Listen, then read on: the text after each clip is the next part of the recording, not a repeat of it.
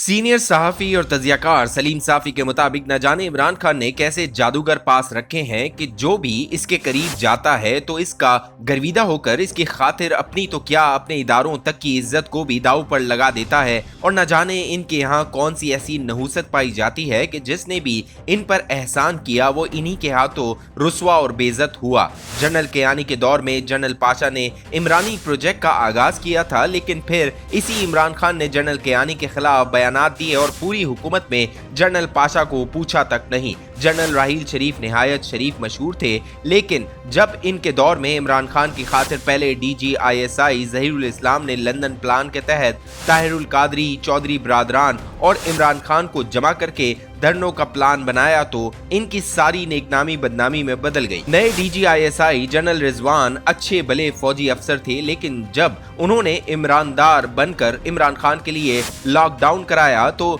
इनसे ऐसे अमाल सरजद हुए कि वो इमरान खान ही के मोहसिन नंबर 1 जनरल कमर जावेद बाजवा के हाथों फौज से कबल अज वक्त रुखसत हुए। जनरल बाजवा से मेरी जब पहली मुलाकात हुई और जमहूरियत अफगानिस्तान, इंडिया और खारजा पॉलिसी से मुतल्लिक इनके ख्यालात सुने तो मैं शशदर रह गया कि फौज में ऐसा हीरा भी कहीं पड़ा हुआ था। लेकिन जब बाजवा साहब इमरानदार जर्नैल बन गए तो इमरान खान की खातिर वो कुछ किया कि अपनी साख तो क्या फौज की साख भी दाव पर लगा दी। इसी तरह जनरल आसिम सलीम बाजवा GOC वजीरिस्तान और फिर DGISPR के तौर पर सबसे खुशगुफ्तार और हर किसी का दिल मोल लेने वाले फौजी मशहूर थे, लेकिन जब इमरानी हुकूमत का हिस्सा बनकर पूरी तरह इमरानदार बने तो इनके खिलाफ ऐसे स्कैंडल सामने आए इन्हें गोशा नशीनी इख्तियार करनी पड़ी। जनरल फैज हमीद जब GOC पन्नू आकिल थे तो किसी ने गलत हवाले से इनका नाम नहीं सुना था। इसी तरह PR के माहिर जनरल आसिफ गफूर भी GOC सवात के वक्त अच्छे अल्फाज से याद किए जाते थे, लेकिन ईमानदार बन जाने के बाद इन दोनों ने इमरान खान की खातिर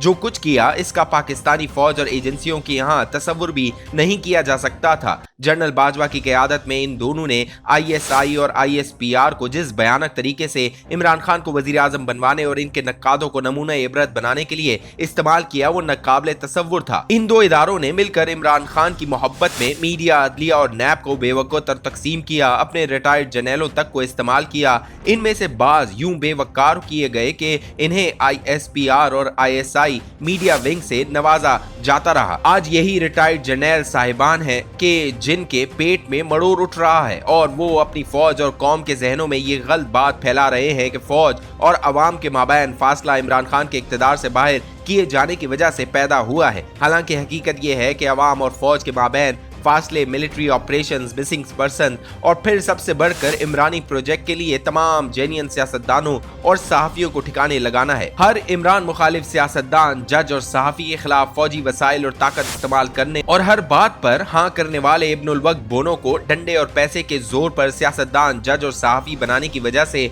फौज और अवाम के दरमियान फासले पैदा हुए। हमारे शोबे की मिसाल ले लीजिए, इससे बड़ी मिसाल और क्या हो सकती है कि बेशतर जेन्युइन सहाफियों को मंजर से आउट किया गया और ISPR के इशारों पर चलने वाले 9 वारिदों को हीरो बना दिया गया। हामिद मीर साहब और इरशाद भट्टी साहब गवाह हैं कि 2018 के इलेक्शन से चंद रोज पहले एक नशिस्त में जब जनरल बाजवा साहब मुझे इमरान खान की हिमायत पर आमादा करने की कोशिश कर रहे थे तो मैंने इनसे इल्तिजाएं की कि इमरान खान की खातिर आप लोग जो कुछ कर रहे हैं वो ना करें, वरना बाद में इस पर आप पछताएंगे। तब वो इश्के इमरान में इस कदर मुब्तला थे कि मेरी किसी बात से इत्तफाक नहीं किया। जब तबाहियों का कुछ एहसास हुआ तो बतौर इदारा न्यूट्रल बनने का फैसला किया, लेकिन अफसोस के इसके बाद भी न्यूट्रल न बन सके, बल्कि रिटायरमेंट तक वो इमरान खान को रियायतें दिलवाते रहे। फौज को इस वक्त जो मुश्किलात दरपेश है इसकी बड़ी वजह इमरान खान के इक़्तिदार से निकाले जाने के बाद भी जनरल बाजवा का इनके लिए नरम गोशा था, लेकिन आज इमरान खान ने इन्हें नंबर 1 निशाना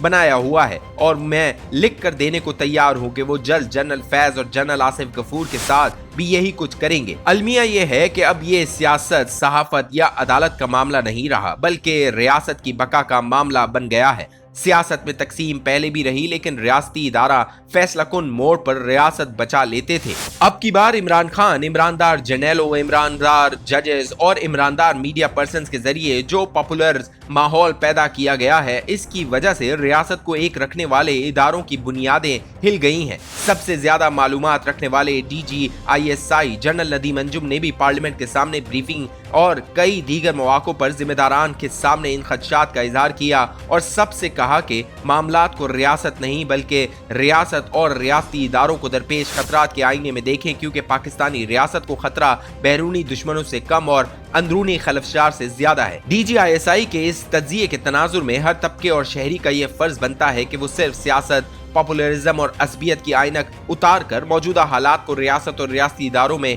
पैदा करदा तकसीम के आईने में देखे, क्योंकि जब तक पिछले 10 सालों में किए गए इन भयानक ब्लंडर्स की तलाफी नहीं की जाती और अदल के तकाजों के तौर पर हर फर्द और इदारे को इस मकाम पर नहीं लाया जाता जिस पर वो पहले बैठा था, या फिर जो इसका आईनी मकाम है, तो इस रियासत के वजूद को संगीन तरीन खतरात लाहक रहेंगे। यूं सिर्फ अहले सियासत और अहले सहाफत नहीं बल्कि जजेस, हाजिर सर्विस फौजियों और बिलखुसूस रिटायर्ड जनरलों से भी इल्तिजा है कि अगर इन्हें ये रियासत चाहिए तो वो अपने मफादात और तासुबात की ऐनकें उतार कर इस कज़िये को रियासत के आईने में देखे, वरना खाकम बदन किसी के हाथ कुछ नहीं आएगा।